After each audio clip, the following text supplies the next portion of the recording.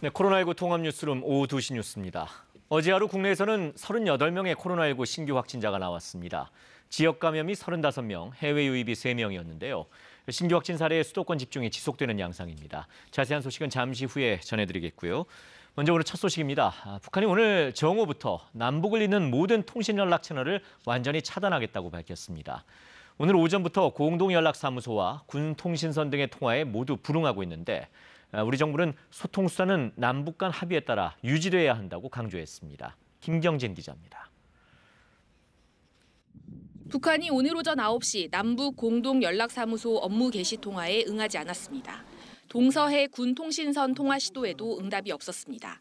앞서 북한은 오늘 오전 조선중앙통신과 노동신문 등 관영 매체를 통해 남북을 잇는 모든 통신 연락선을 완전히 끊겠다고 일제히 보도했습니다.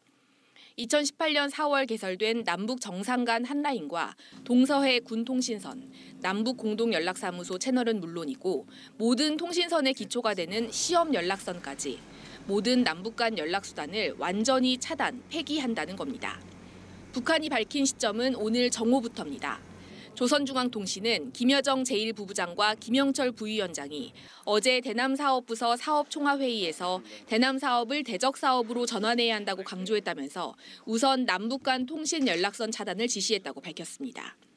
북한은 앞서 지난 4일 김여정 제1부부장의 담화 등을 통해 대북전단 살포와 이에 대한 남한 당국의 대응을 비판하면서 남북관계 단절도 불사하겠다고 경고한 바 있습니다. 통일부는 이 같은 북한의 입장과 관련해 남북 간 통신선은 소통을 위한 기본 수단이므로 남북 간 합의에 따라 유지돼야 한다고 강조했습니다.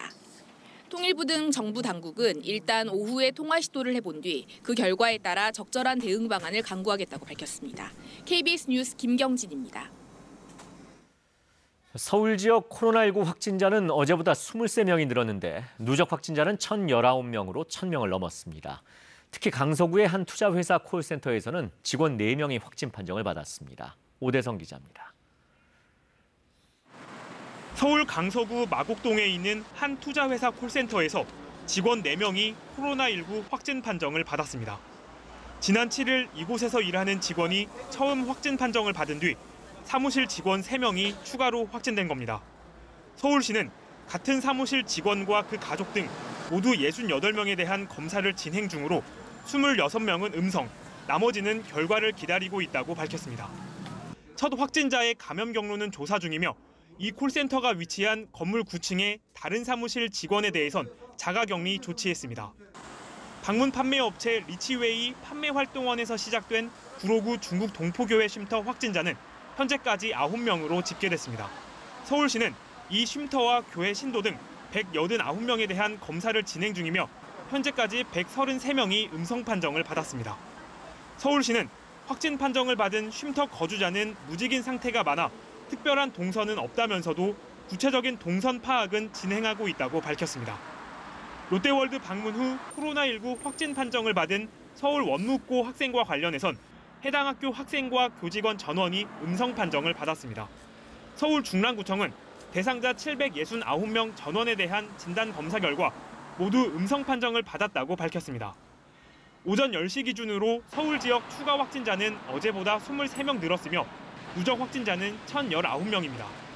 서울시는 14일까지 각종 모임과 행사를 자제해 줄 것을 거듭 요청하며 수도권 감염 전파를 차단하기 위해선 거리 두기 협조가 필요하다고 강조했습니다. KBS 뉴스 오대성입니다. 수도권에서 확진자들이 계속해서 나오고 있습니다. 경기 광명에서는 노인복지시설 입소자를 비롯해 6명이 확진됐고 인천에서도 일가족 4명이 확진 판정을 받으면서 그중 자매가 다니는 초등학교와 중학교가 폐쇄됐습니다. 계속해서 박효인 기자가 보도합니다. 경기도 광명의 노인복지시설에서 확진자가 무더기로 나왔습니다. 80대 입소자 3명과 간호조무사, 센터장, 요양보호사 등 모두 6명입니다. 방역당국은 이 사회복지센터 건물 전체를 폐쇄하고 방역 소독을 했습니다. 또 나머지 입소자를 포함해 전체 근무자를 대상으로 검사를 진행하고 있습니다. 이에 앞서 이 시설 입소자인 70대 여성은 동생과 함께 지난달 31일 경기도 용인의 큰나무교회 예배에 참석한 것으로 확인됐습니다.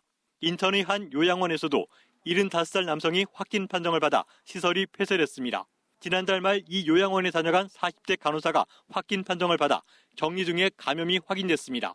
인천 미추홀구에서는 일가족 4명이 코로나19 확진 판정을 받았습니다. 71살 남성 A씨와 A씨의 딸, 그리고 외손녀 2명입니다. 이들은 앞서 확진 판정을 받고 경기도 고양시 병원에 입원한 A씨의 부인으로부터 감염된 것으로 추정됩니다.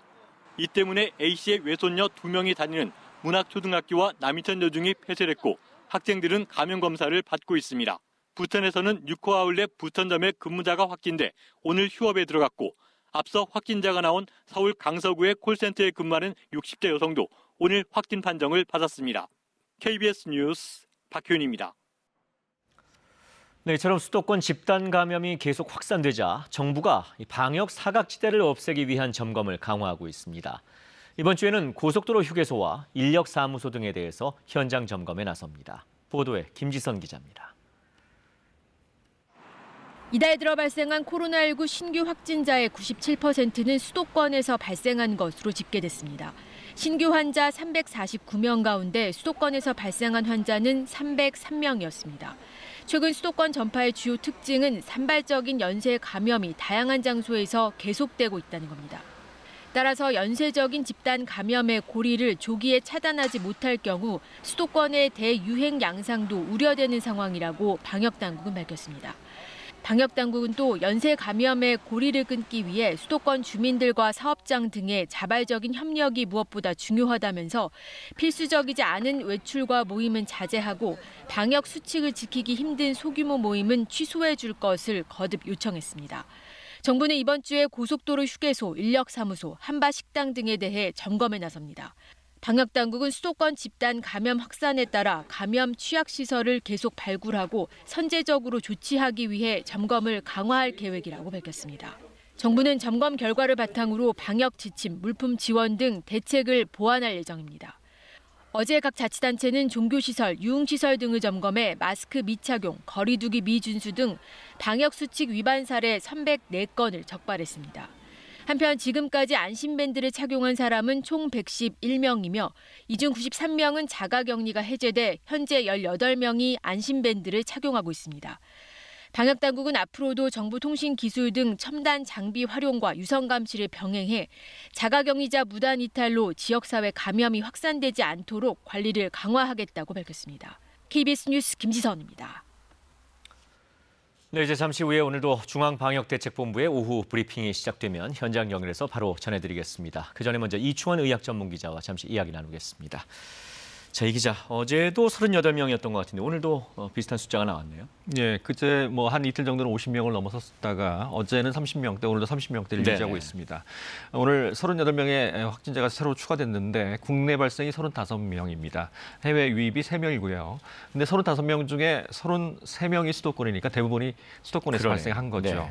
현재 1,000명 가까운 989명이 여전히 격리 치료를 받고 있는 상황이고요. 네. 한 명이 돌아가셔서 274명의 사망자가 나왔고 현재까지 치명률은 2.31%를 보이고 있습니다. 네. 유독 이제 수도권에서 집중적으로 지금 신규 확진자가 계속해서 나오고 있는데요. 조금 전에 이제 보도가 됐습니다만 광명 노인복지시설, 그러니까 어르신 보호센터에서 또 6명이 무더기로 확진 판정을 받지 않았습니까? 네, 이게 이제 서울 양천구 탁구장에서 이제 집단 감염이 나타났는데 네. 거기서 이제 용인 큰나무 교회라는 데로 옮겨졌죠. 네. 근데 이 용인 큰나무 교회에 다니던, 그러니까 예배를 드렸던 분이 이쪽에 입소자였던 겁니다. 그래서 입소자 3명과 그 시설 종사자 3명, 6명이 지금 확진 판정을 받았고 나머지는 검사가 진행 중입니다. 네. 그리고 그 방문 판매 업체에서 이제 또 중국 동포 쉼터 쪽으로 감염이 계속해서 또 이어지고 있죠. 네, 서울 구로구에 있는 그 중국 동포교회 쉼터입니다. 여기서 지금까지 9명의 확진자가 나왔습니다. 이분들이 이제 중국 동포들인데 아마 네. 쉼터니까 아마 머무는 곳이겠죠. 밀집돼서 같이 생활을 했을 가능성이 있기 때문에 네. 지금 검사가 진행 중이지만 확진자는 더 나올 가능성이 있습니다. 다행히 지금 여기 9명의 확진자 중에 현재 무직인 분들이 더 많다고 합니다. 아니면 네. 일용직이겠죠. 네. 현재 일을 쉬고 있는 상태라서 작업장 같은 곳으로 번질 가능성은 조금 낮아 보입니다. 네, 그렇군요. 하여간 계속해서 최근 국내 확진자 추이를 보면 이제 수도권 발생이 대부분을 차지하고 있기 때문에 방역 당국도 집중해서 좀 보고 있을 것 같아요. 오늘 이제 발표한 걸 보니까 6월 들어서 국내에 한 330명 정도가 발생을 했는데 네. 국내 발생이 313명입니다. 네네. 이 중에 303명, 그러니까 97%가 서울, 경기, 수도권에서 이제 발생을 한 거고, 지금 더욱더 문제가 되는 것은 취약계층, 특히 어르신들 쪽으로 좀 번지고 있는 상황이고, 아까 어르신 보호센터 또는 그 방문 판매 업체도 어르신들이 많은 곳이었지 않습니까? 그래서 네네. 혹시 중증 환자가 더 늘어날까 봐 방역 당국이 노심초사하고 있는 그런 상황입니다. 네, 그렇군요. 그러다 보니까 이제 오늘 긴급 관계장관 회의가 열렸었는데 정세균 총리가 그 방역 수칙에 대해서 상당히 좀 강력한 어조로 경고를 했어요. 그렇습니다. 이 수도권이 인구 절반 이상이 모여 살고 또 인구 밀도도 매우 높고 유동 인구도 상당히 많습니다. 그래서 한번 터지게 되면 집단 발생 또 대량 발생의 가능성이 상당히 높습니다. 네. 그래서 이제 지금 정세균 총리가 오전에 생활 속 거리두기 중대 기로에 지금 놓여 있다라고 얘기를 하면서 일탈과 위반이 생활 속 거리두기를 지금 위협하고 있는 상황이다라고 얘기를 했습니다. 예를 들어서 격리 중에 격리 수칙을 위반하고 대형 병원을 방문을 해서 그 대형 병원의 일부가 폐쇄된 그런 상황도 있었거든요. 네. 또 증상이 있는 직원을 출근하게 한 작업장도 있었다. 이런 조그마한 일탈이라고 생각되지만 이런 일탈이 이 수도권에서는 대규모 폭발, 확진자 폭발로 이어질 수 있기 때문에 네네. 조심해야겠다라는 얘기를 했습니다. 그렇군요. 자, 이제 브리핑이 시작되는 것 같습니다. 현장으로 마이크를 넘겨보겠습니다. 네, 6월 9일 코로나 바이러스 감염증 19 국내 발생 현황을 말씀드리겠습니다. 신규 확진자가 38명 발생해서 총 누적 확진자 수는 11,852명이고 우리나라 국민이 87.1%입니다. 새롭게 격리 해제되신 분이 26명이고 따라서 현재 989명이 격리 중입니다. 사망자는 보도자료에는 1명으로 되어 있는데 이건 0시 기준이고 그 후 2명이 추가로 확인되어서 모두 3명의 사망자가 발생했습니다. 이제까지 총 276명의 사망자가 발생하였습니다. 안타깝게 코로나19로 생명을 잃으신 분들에게 애도의 말씀을 드리고 유가족분들에게 심심한 위로의 말씀을 드립니다. 전체 신규 환자 38건의 발생 중에서 특별히 해외 유입은 3명이고 지역사회 발생이 35명입니다. 해외 유입 국가는 미주가 3명입니다. 국내 주요 발생 현황을 말씀드리겠습니다. 먼저 수도권의 클럽과 관련해서 접촉자로 관리 중이던 3명이 추가로 확진되어서 이제까지 총 누적 환자가 277명입니다. 경기도 부천의 쿠팡 물류센터 집단 발생과 관련해서 격리 중이던 접촉자 1명이 확진됨으로써 총 139명이 발생하였습니다. 수도권의 개척교회 관련해서 어제보다 1명이 추가로 확진되어서 이제까지 총 88명이 확인되었습니다. 서울의 관악구에 소재한 리치웨이를 방문한 구로구 소재 중국 동포교회 쉼터에 거주하신 분이 6월 7일 확진 판정을 받았고 같은 쉼터에 거주한 36명을 대상으로 전수 검사를 실시한 결과 8명이 추가로 양성 판정을 받았습니다. 이로써 리치웨이와 관련된 전체 확진자는 68명입니다. 지난 5월 31일 경기도 용인시 큰나무 교회 예배에 참석한 경기도 광명시에 소재한 노인복지시설 입소자가 6월 7일 날 확진 판정을 받았습니다. 이 시설의 입소자 그리고 종사자 전원에 대해서 전수검사를 실시한 결과 6명이 확진 판정을 받았습니다. 서울 양천구 운동시설 관련 확진자는 총 51명이 되었습니다.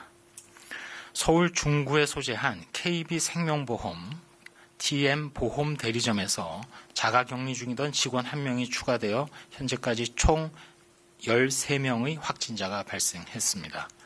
서울 강서구에 소재한 SJ 투자회사 콜센터 관련해서도 총 4명이 확진되어서 현재는 감염 경로에 대한 조사 그리고 접촉자에 대한 검사가 진행되고 있습니다. 또한 인천광역시 미추홀구에서 가족 5명이 확진되어 있는데 가족 5명 중에 초등학생, 중학생이 각각 1명이 포함되어 있습니다. 해당 학교에 대한 접촉자 조사가 진행 중이고 이들 일가족이 거주하는 연립주택을 대상으로도 전수검사가 진행되고 있습니다.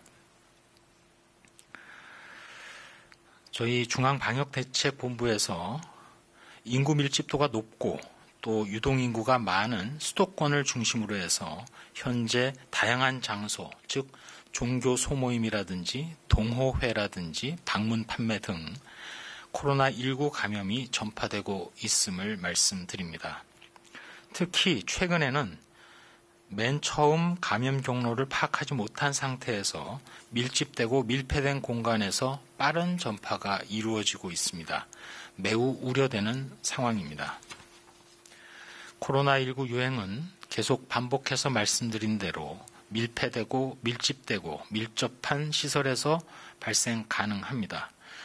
특별히 수도권에 거주하시는 주민 여러분들께서는 동호회 그리고 종교 소모임 등 환기가 잘 되지 않는 밀폐된 공간에서의 모임 그리고 유흥시설이나 주점 등의 방문을 자제해 주시고 매일매일의 생활에서도 손 씻기, 마스크 착용, 거리 두기 등을 철저히 실천해 주실 것을 요청드립니다. 특별히 코로나19로 치명적일 수 있는 고위험군인 65세 이상 되신 어르신들께서는 밀폐된 장소에 많은 사람들이 모이는 모임은 가급적 가지 말아 주시기 바랍니다. 다음은 코로나19 확진자를 위해서 혈장 치료제 개발에 혈장 기증 내지 기부를 많이 부탁을 올렸습니다. 이제까지 총 62명의 완치자께서 참여 의사를 밝혀주신 데 대해서 감사를 드리고 계속해서 확진되신 후 격리 해제되신 분들 중에 많은 분들이 문의를 해오고 있으신 데 대해서도 더욱더 감사를 드립니다. 저희 방역당국에서 당부 말씀 올리겠습니다. 앞서 말씀드린 대로 수도권을 중심으로 해서 연쇄적인 유행이 확인되고 있는 상황입니다. 지난 5월 29일부터 6월 14일까지 수도권에서 강화된 방역 조치를 시행하고 있습니다. 이러한 강화된 방역 조치 그리고 수도권에 거주하시는 여러 시민들의 비대면 종교 활동 또 급하지 않은 모임 연기 등 이러한 사회적 거리두기의 효과가 나타나기를 기대하고 있습니다. 동시에 저희 방역당국 그리고 지방자치단체에서도 추적조사를 통해서 산발적인 감염을 최대한 조기에 발견하고 억제해 가고 있는 중이기도 합니다. 그렇지만 수도권에서 감염 규모가 이미 커져 있고 앞서 말씀드린 3밀 조건에 해당하는 장소라면 어디서나 코로나19가 전파되고 있습니다. 저희 방역당국도 매우 큰 위기감을 가지고 있습니다. 특별히 개학을 한 학교 그리고 취약계층이 모여있는 의료기관, 요양기관 그리고 사회복지시설에서 어느 순간 대량의 많은 환자분들이 발생할지 모르는 상황이기 때문에 매 순간이 아슬아슬한 상황입니다. 방문 판매 회사 감염이 많은 고령자 감염을 불러왔고 중국 동포 쉼터로까지 이어졌습니다. 또 양천구 탁구장에서 시작된 감염이 용인의 교회로 또 그 교회에서 광명에 소재한 복지관으로 연결되었습니다. 이러한 연결고리를 끊기 위해서는 지금이라도 거리두기 그리고 마스크 착용 등 방역의 기본 원칙이 철저히 지켜져야 하고 지켜지지 않는 곳은 국민 여러분들께서 절대로 방문하지 않아 주셔야 하겠습니다. 시설 관리자 한 분 한 분이 방역 수칙을 철저히 지키면서 운영해 주셔야 합니다. 만약에 감염 확산을 초래할 경우에는 우리 전체 공동체의 안전을 최우선으로 해서 무관용 원칙에 따라 관련된 법령에 따른 조치가 시행된다는 점도 우리 모두 명심해야겠습니다. 조금이라도 의심되는 증상이나 접촉이 있었다면 꺼리지 마시고 바로 진단검사를 받아주시고 아울러서 감염이 확인될 경우 본인으로 인한 2차, 3차 또는 더 이상의 전파를 차단하기 위해서 신속하게 그리고 있는 그대로 정직하게 역학조사에 협조해 주실 것도 당부드립니다. 수도권에서 지속되는 감염 위험도를 낮추고 억제하는 데 어려움이 따릅니다. 그렇지만 더 큰 손실 그리고 더 엄중한 사회 경제적 통제 상황을 피하려면 지금이라도 우리 모두가 철저한 거리두기, 마스크 착용 등 위생을 준수하고 각 시설의 관리자들이 경각심을 더 높여야 될 시기입니다. 이상입니다. 네, 지금부터 기자님들 질의응답. 네, 중앙방역대책본부의 오후 브리핑 들어보셨습니다. 이충원 의학전문기자와 함께 다시 한번 좀 내용을 정리해 보겠습니다. 자, 여러 얘기가 좀 나왔습니다. 네, 사망자도 좀 늘었고요. 네, 사망자가 이제 오늘 아까 0시 기준으로 1명 늘었는데 지금 기준으로는 2명이 늘어서 276명으로 늘었습니다. 네. 지금 수도권은 연쇄 감염 고리가 계속 이어지고 있는 상황인데요. 서울 양천구의 탁구장에서 이제 확진자가 나왔는데 이게 경기도 용인의 교회로 또 확산이 됐었고 상당히 거리가 떨어져 있는 게 말이죠. 이 교회에서 또 경기도 광주인가요? 광명. 네. 광명에 있는 또 노인 복지 시설로 또 이어졌으니까 네네. 굉장히 거리가 떨어져 있는데도 불구하고 연쇄적으로 감염 그러니까요. 고리가 빠르게 연결되고 있는 상황입니다. 네. 또 이 방문 판매 업체 리츠웨이 관련해서 또 중국 동포 쉼터로까지 이어졌기 때문에 네. 이 리츠웨이 관련에만 68명의 확진자가 지금 나온 상태고 여러 곳에서 지금 막 동시다발적으로 나오고 있죠. 네. KB생명보험에서 13명, 또 인천의 한 가족 5명이 또 확진 판정을 받아서 그쪽도 지금 초등학교와 중학교를 다니고 있는 학생들이 있어서 등교 중지가 된 상태죠.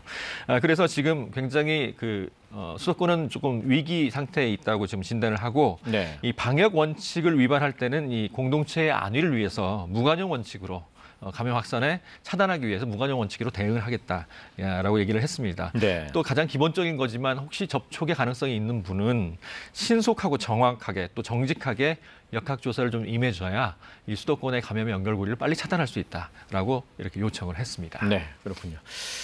앞서 이제 저희가 이야기 나눴던 것이 정세균 총리가 이제 좀 더 강하게 생활 속 거리두기를 좀 실천해 달라 이런 경고의 얘기를 했다고 했는데 내일부터 실제로 노래 연습장 등 고위험 시설 들어가려면 이제 QR 코드를 반드시 좀 찍어야 된다면서요? 네, 전자 출입 명부라고 하죠.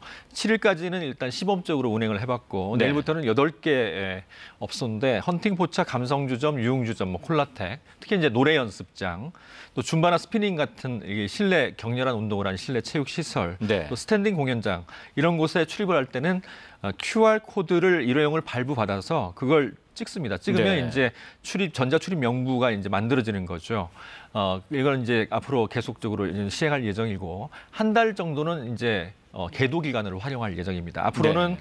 코로나19가 계속 지금 종식될 가능성은 거의 없기 때문에 네. 교회나 도서관, 또 영화관, 병원 등의 다중 이용 시설로 이 QR 코드를 조금 확대해서 적용할 예정입니다. 네. 간단하게 하나만 더 얘기를 좀 나누면 사실 이거 뭐 지나간 얘기긴 합니다만 강력한 사회적 거리두기는 우리가 이제 억제 조치를 취하지 않았다라면 한국인 10명 중 7명이 이 코로나에 감염될 수도 있었다 이런 얘기가 좀 나왔네요. 간단하게 네, 소개해 미국 주시죠. 대학의 연구진이 이제 네이처라는 과학 학술지, 유명한 학술지죠. 이 논문을 발표했는데 네. 한국에서 휴교나 재택근무 등 강력한 사회적 거리두기 이 정책을 억제 정책을 시행하지 않았다고 하면 하루에 38%씩 환자가 늘었을 것이다. 그러면 38% 계속 기하급수적으로 늘은 거죠. 그러네요. 그렇게 되면 한국인 3,800만 명 정도가 그러니까 73%가 감염됐을 가능성이 높았다라고 연구 결과를 발표했습니다. 얼마나 강력한 감염력을 가진 바이러스인지를 알 수 있게 하는 그런 연구 결과였네요. 네, 이충원 기자 잘 들었습니다. 고맙습니다. 네, 다음 소식입니다. 이재용 삼성전자 부회장에 대한 구속영장이 기각됐습니다. 검찰은 법원 결정이 아쉽지만 흔들림 없이 향후 수사에 만전을 기하겠다는 입장을 밝혔고 변호인 측은 기본적 사실관계 외에 범죄 혐의가 소명되지 않은 것이라며 환영의 뜻을 나타냈습니다. 최유경 기자가 보도합니다. 이재용 삼성전자 부회장이 서울구치소를 빠져나옵니다. 오늘 새벽 2시쯤 구속영장이 기각되면서 곧바로 귀가한 겁니다. 합병 관련해서 지시하거나 보고받았다는 의혹 있으신데 계속 부인하시나요? 기각됐나요? 고생하셨습니다. 함께 구속영장이 청구됐던 옛 삼성 미래전략실 최지성 전 실장과 김종중 전 전략팀장에 대한 영장도 모두 기각됐습니다. 서울중앙지법 원정숙 영장전담 부장판사는 불구속 재판의 원칙에 반해 이 부회장 등을 구속할 필요성과 상당성에 관한 소명이 부족하다고 영장 기각 사유를 밝혔습니다. 다만 원 부장판사는 기본적 사실관계가 소명됐고 검찰은 그간 수사를 통해 상당한 증거를 확보한 것으로 보인다고 말했습니다. 그러면서 사건의 중요성에 비춰 책임 유무와 그 정도는 재판 과정에서 충분한 공방과 심리를 거쳐 결정하는 것이 타당하다고 설명했습니다. 검찰은 아쉽게 받아들인다면서 영장 재판 결과와 무관하게 법과 원칙에 따라 향후 수사에 만전을 기하겠다는 입장을 냈습니다. 이 부회장 측 변호인단은 기본적 사실관계 외에 책임 유무 등 범죄 혐의가 소명되지 않은 것이라고 의미를 부여했습니다. 검찰은 앞서 2015년 삼성물산과 제일모직의 합병 과정 등에 경영권 승계를 위한 삼성그룹 차원의 부정행위가 개입됐다고 보고 자본시장법 위반 등의 혐의로 이 부회장 등에 대한 구속영장을 청구했습니다. 한편 이 부회장 측은 관련 사건의 공소제기 타당성을 검찰 외부위원들이 검토해달라며 수사심의위원회 소집을 요청했습니다. 해당 절차를 위해 서울중앙지검은 오는 11일 검찰시민위원회를 개최할 방침입니다. KBS 뉴스 최경입니다. 강한 햇볕이 내리쬐면서 현재 서울은 32.6도까지 올랐습니다. 서울에도 올여름 첫 폭염주의보가 내려진 가운데 내륙 곳곳에 폭염특보가 내려져 있는 상태입니다.